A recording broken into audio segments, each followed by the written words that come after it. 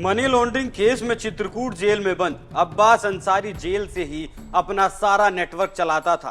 पिता माफिया मुख्तार अंसारी के real estate के कारोबार, ठेकेदारी और कंस्ट्रक्शन कंपनी को वो यहीं से ऑपरेट करता था। वो जेल में बैठकर अपने गैंग के गुर्गों को कमांड देता था। अब्बास का नेटवर्क कितना मजबूत था, उस बात का अंदाजा इस बात से लगाया जा सकता है कि 85 पुलिसकर्मी 10 टीमें उसे ढूंढती रही। एडी चोटी का जोर लगा लिया लेकिन अब्बास को पकड़ नहीं पाई थी। एडीसीपी की अगुवाई में 8 टीमें बिहार, महाराष्ट्र, राजस्थान, पंजाब, दिल्ली, हरियाणा, मध्य प्रदेश और नेपाल तक उसकी तलाश कर चुकी थी। 150 जगहों पर छापेमारी की गई लेकिन अब्बास को ट्रैक नहीं कर पाए थे। लेकिन आज आपको बताएंगे कैसे अब्बास जेल तोड़कर भागने की फिराक में था और उसकी मदद कर रही थी चित्रकूट जेल की पुलिस। नमस्कार, एनएमएफ न्यूज देख रहे हैं आप। मैं हूं आपके साथ अभिषेक पुंडीर।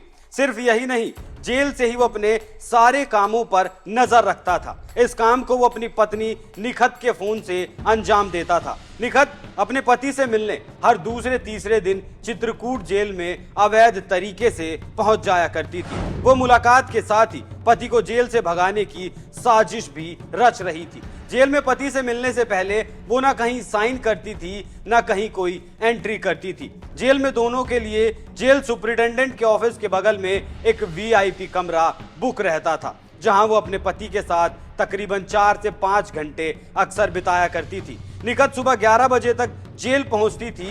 ये सारा खुलासा 10 फरवरी को हुआ जब डीएमएसपी ने एक खुफिया सूचना के आधार पर जेल में छापेमारी की। इस दौरान निखत जेल के अंदर एक कमरे में मिली। कमरे का दरवाजा बाहर से बंद था, उस पर ताला लगा था। अब्बास उस कमरे से चंद मिनटों पहले ही निकला था। इस साजिश में पुलिस ने निखत को गिरफ्तार कर कोर्ट में पेश किया, जहां से उसे चित्रकूट जेल भेज दिया गया। पुलिस अब निखत के पास से मिले 2 फोन की डिटेल को निकलवा रही है, जिससे पता चल सके कि अब्बास ने निखत के फोन से किन किन लोगों से बात की, अब्बास की मदद करने में और कौन कौन लोग शामिल हैं। अब्बास जेल के अंदर बैठकर किन लोगों को कमांड देता था, उसके आगे के प्लान क्या थे। पुलिस सूत्रों के मुताबिक अब्बास के गुर्गे उसकी पत्नी निखत के लिए पहले से ही चित्रकूट में एक किराए का कमरा बुक रखते थे। निखत जेल आने से पहले उसी कमरे में रुकती थी। वहीं उसका ड्राइवर नियाज जेल की रेकी करता था। सब कुछ सही होने के बाद निखत को जेल में लाया जाता था। निखत जितनी देर जेल में रहती थी उतनी देर नियाज पूरे एरिया की डिटेल बाहर रहकर लेता रहता था। जेल के चक्कर काटा करता था। किसी भी तरह की आशंका होने पर वो जेल के अंदर ये खबर पहुंचा दिया करता था। ये भी बताया गया कि निखत जेल के हर छोटे से बड़े अधिकारी को पैसे देकर चुप कराती थी। वो जब भी अब्बास से मिलने आती थी, उसका ड्राइवर सभी को महंगे गिफ्ट और पैसे दिया करते थे।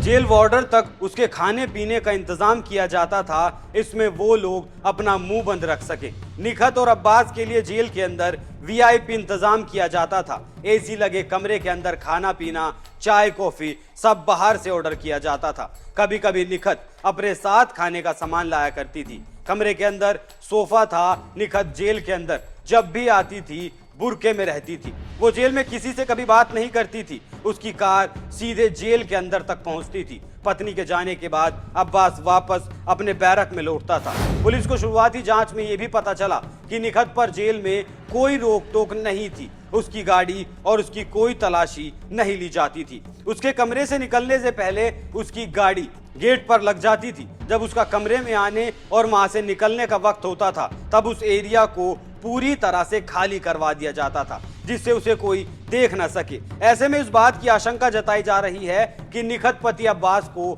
जेल से भगाने का प्लान बना रही थी, इसलिए वो कभी भी जेल में कोई एंट्री नहीं करती थी। उसके बैग से पुलिस को दुबई की करेंसी मिली है। ऐसे में कयास लगाए जा रहे हैं कि अब्बास को दुबई भगाने का प्लान निखत तैयार कर रही थी। अब्बास अंसारी को जेल से भगाने की साजिश रचने के आरोप में गिरफ्तार निखत अंसारी को 16 फरवरी तक पुलिस रिमांड में भेज दिया गया है। अब्बास के ऊपर अवैध हथियार रखने, हेट स्पीच, मनी लॉन्ड्रिंग और गवाहों को धमकाने समेत कुल 7 मामले दर्ज हैं। Abbas Ansari money laundering case में 18 नवंबर 2022 से चित्रकूट जेल में बंद है। चित्रकूट जेल आने के बाद से ही पत्नी निखत पति से मिलने आने लगी थी। वो फोन भी अंदर ले जाया करती थी। उसी फोन से अब्बास अपने गुर्गों से बात करता था।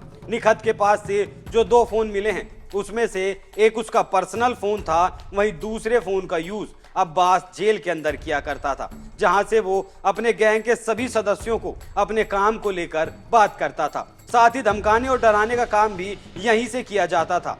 फोन में कोई भी सोशल मीडिया ऐप नहीं है, सारा काम टेक्स्ट मैसेज और फोन के जरिए होता था। अब्बास के जेल आने के बाद से निखत पति के सारे कारोबारों का हिसाब रखने लगी थी। फाइनेंस का सारा काम निखत देखा करती थी। जेल की हर विजिट में निखत अच्छा खासा पैसा खर्च करती थी। सूत्रों के मुताबिक निखत के बैग से कई कागजात मिले हैं, इसमें कुछ बड़े लेन देन से जुड़े हुए हैं। उसके बैग से कई एटीएम कार्ड और बैंक की पासबुक मिलने की भी बात सामने आई है। अब सुनिए कैसे निखत कुछ ही मिनटों में जेल के अंदर पहुंच जाया करती थी, जहां अक्सर घंटों इंतजार करना पड़ता था। चित्रकूट जेल से 5 किलोमीटर दूर राजापुर रोड पर चित्रकूट की जेल बनी है। जेल के अंदर जाने से पहले एक बड़ा दरवाजा है। उस गेट को पार करने के बाद करीब 100 मीटर अंदर जाने पर जेल का मेन गेट आता है। इस गेट के बाद कोई भी गाड़ी अंदर नहीं जा सकती। निखत इसी गेट पर गाड़ी से उतर जाया करती थी। इसके करीब 10 मीटर चलने के बाद जेलर का कमरा आता था। जेलर के कमरे के बगल में ही जेल सुपरिटेंडेंट का कमरा है। इस कमरे के बगल में गेस्ट रूम बना है। यही रूम हमेशा निखत और अब्बास के लिए बुक रहता था। गेस्ट रूम के सामने बरामदा बना है, उसमें थोड़ी दूरी पर बैरक बने हैं। पत्नी के आने के बाद अब्बास उसी बरामदे से होता हुआ उस कमरे में जाया करता था। जेल में सुबह 10 बजे से दोपहर 1:30 बजे तक मुलाकात का वक्त होता है। कैदियों से मिलने आने वाले हर अपना आधार कार्ड दिखाकर 10 रुपए की पर्ची कटवाते हैं। इसके बाद मिलने वाले कैदी का नाम बताते हैं और बैठ जाते हैं। पर्ची काटने वाला व्यक्ति उस कैदी के पास जाता है और उसे सूचित करता है कि तुमसे मिलने कोई व्यक्ति आया है, उससे तुम्हारी क्या राय है। उसके बाद जूते चप्पल से लेकर बाल तक सब चेक किए जाते हैं। सारा सामान बाहर रखवा लिया जाता है। खाने का सामान भी अंदर नहीं ले जाया जा सकता। उसके बाद 3 बार उसकी रजिस्टर में एंट्री होती है, तब मिलने वाला कैदी के पास जा सकता है। लेकिन निखत इसमें से कोई भी पैरामीटर पूरा नहीं करती थी। उसकी कहीं पर भी कोई चेकिंग नहीं होती थी। वो अपना सारा सामान साथ लेकर जाती थी। मुख्तार परिवार के रसूख के बारे में बताने की जरूरत नहीं है, लेकिन चंद कागज के टुकड़ों के लिए जिन अधिकारियों ने यह सारा खेल रचा, सिर्फ सस्पेंड करना उनके लिए काफी नहीं है। क्योंकि जिस अब्बास ने महीनों पुलिस को छकाए रखा, अपने पीछे पीछे दौड़ाए रखा, अगर वो फरार हो जाता तो आखिर उसका जिम्मेदार कौन होता। योगी सरकार को खुद इस घटना का संज्ञान लेकर अब्बास अंसारी को तड़ी पार भेज देना चाहिए। आप इस खबर पर क्या राय रखते हैं, हमें कमेंट करके जरूर बताएं। नमस्कार।